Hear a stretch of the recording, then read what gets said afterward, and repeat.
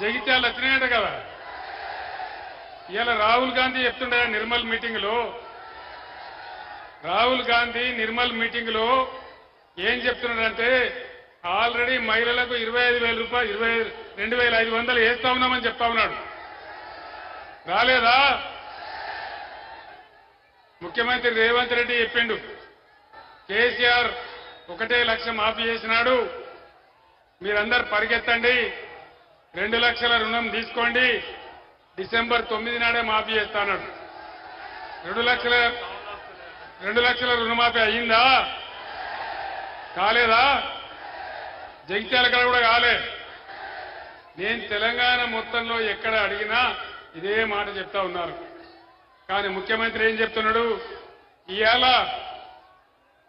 ఏ ఊరికి పోతే ఆ ఊరి దేవుని మీద ఒట్టు పెట్టుకొని, బాసర అమ్మవారి మీద ఒట్టు, యాదగిరి నరసన్న మీద ఒట్టు, ఎక్కడికి పోతే అక్కడ దేవుళ్ళ మీద ఒట్టు పెడతా ఉన్నాడు.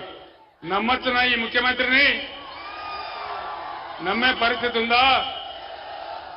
అరచేతుల వైకుంఠం చూపెట్టి అడ్డగోలు హామీలు ఇచ్చి ఇష్టం వచ్చిన పద్ధతులు నోటికొచ్చిన వాగ్దానాలు చేసి ఈ రోజు కాంగ్రెస్ ప్రజలను మోసగించింది.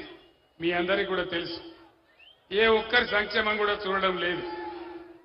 నరేంద్ర మోడీ 10 ఏళ్లైంది దేశానికి ప్రధానమంత్రి అయి. అచ్చే దిన్ వచ్చిందా?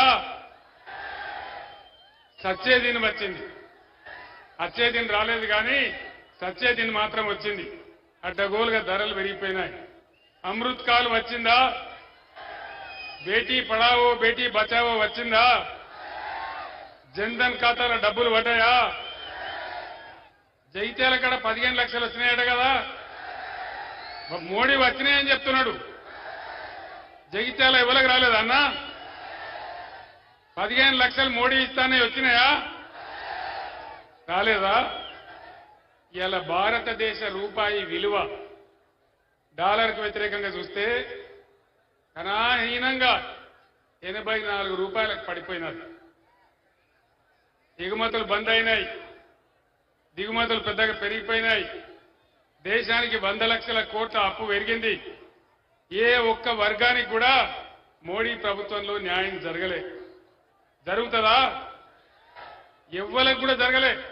ఒక దళితులకు, గిరిజనులకు, రైతులకు, మహిళలకు, చదువుకునే విద్యార్థులకు, నిరుద్యోగులకు ఎవరికైనా లాభం జరిగిందా అంటే ఎవరికి లాభం జరగలేదు కదా. ఈ 2 పార్టీలని మీ అందరికీ తెలుసు, దేశంలో భారతదేశంలో ఎక్కడ లేని విధంగా రైతు బంధు అనే పథకాన్ని పుట్టించి దాదాపు 6-7 సంవత్సరాలుగా రైతుల ఖాతాలో డబ్బులు జమ చేసినాం. రైతు బంధు పడ్డదా? రైతులందరికీ పడలే కదా. ఏం పడాలి? కాంగ్రెస్ హామీ ఇచ్చిన మేరకు ఏం పడాలి?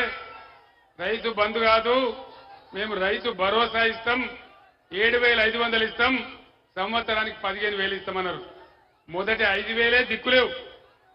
రెండవది ఇంకోటి చెప్తున్నారు, మేము రేపు పొలం దున్నివానికే వేస్తాం. చేసిన